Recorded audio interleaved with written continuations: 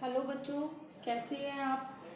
आज हम आपके 10th क्लास के रिटेल का टॉपिक कर रहे हैं, handling of products while keeping in shelf. वस्तु को शेल्फ या रैक पर रखते समय किस प्रकार संभालें। जब भी एक रिटेलर वस्तु का स्टॉक करता है या वस्तुओं को स्टोर में डिस्प्ले करता है तो वो वस्तुओं को शेल्फ या रैक पर ही डिस्प्ले करता है। तो जब भी हम वस्तुओं को शेल्फ या रैक पर रखते हैं तो किस प्रकार उनको संभालते हैं, किस प्रकार उनका ध्यान रखते हैं। पहला है, स्लैब और रैक सही लेवल में हो। जो हमारे शेल्फ और रैक हैं वो सही लेवल में हो, मतलब सीधे हो। अगर वो सही लेवल नहीं होगा, कहीं से ऊपर कहीं से नीचे होंगे तो वस्तुओं को रखने में परेशानी होगी। तो वो एक बिल्कुल सही सीधे लेवल में हो। दूसरा, निर्माता द्वारा दिए गए निर्देशों का पालन करना। कंपनी है, उत्पादक या निर्माता, उसने जो भी निर्देश दिए हैं, जो भी इंस्ट्रक्शंस दिए हैं, उन सभी इंस्ट्रक्शंस को फॉलो करना, उन सभी निर्देशों का पालन करना। तीसरा है, शेल्फ और रैक दीवार में सही प्रकार से लगे हों। जो शेल्फ और रैक हैं वो दीवार में जब हम लगाते हैं तो वो सही प्रकार से लगे हों, नहीं तो क्या होगा, जैसे ही हम उसमें कोई भारी या कोई बड़ी वस्तु रखेंगे हो सकता है कि वो नीचे गिर जाए रैक। तो उनको सही प्रकार से लगे हों, ये जांच करना। स्लैब में ऊंचाई पर रखने के लिए सीढ़ी का इस्तेमाल करना।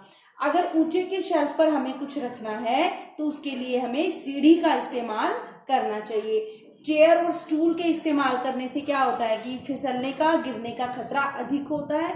तो ऊंचाई पर रखी वस्तुओं को उठाने और रखने के लिए सीढ़ी का इस्तेमाल करना। नेक्स्ट है, कर्मचारियों के आने जाने के लिए सही स्थान हो।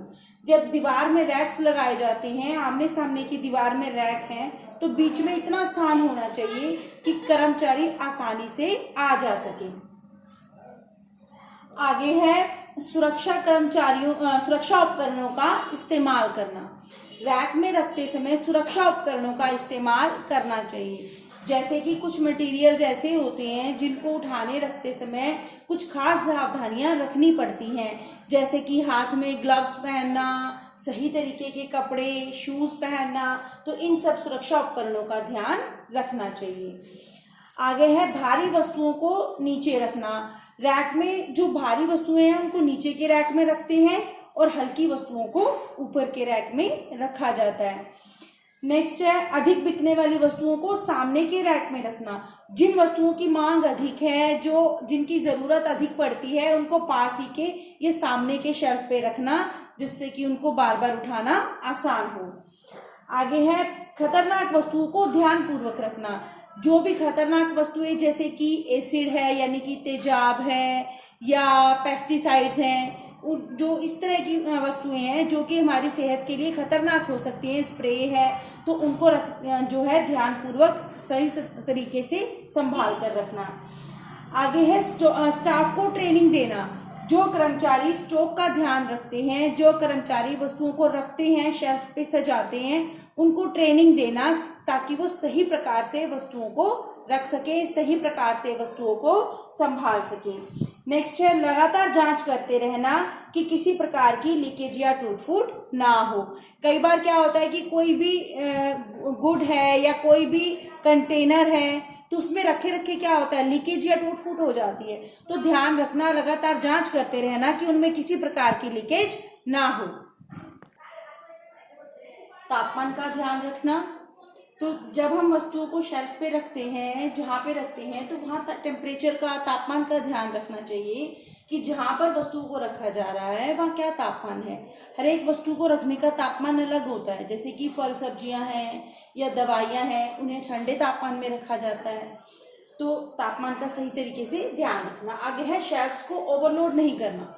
जो शेल्फ हैं या रैक हैं उनको ओवरलोड नहीं करना, मतलब बहुत अधिक वस्तुएं उन पर नहीं रखना जिससे कि उनके टूटने का खतरा या वस्तुओं के गिरने का खतरा बना रहे।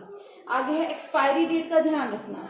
एक्सपायरी डेट यानी कि अंतिम तिथि। आपको पता होगा कि हर वस्तु की एक एक्सपायरी डेट होती है, उस डेट के बाद उस वस्तु को इस्तेमाल नहीं करना चाहिए। तो जो भी वस्तुएं हम शेल्फ पे रखते हैं उसकी एक्सपायरी डेट देख कर रखना कि जो एक्सपायर वस्तुएं हैं, खराब वस्तुएं हैं, उनको शेल्फ में नहीं रखना बल्कि उनको शेल्फ से निकाल लेना। जिससे कि कस्टमर के पास एक्सपायरी डेट वाली वस्तुएं ना पहुंचे। तो वस्तुओं को रखते समय इन जो निर्देश हैं या ये नियम हैं इनका पालन करना चाहिए, तभी एक जो रिटेलर है वो सही तरीके से काम कर पाएगा। Thank you.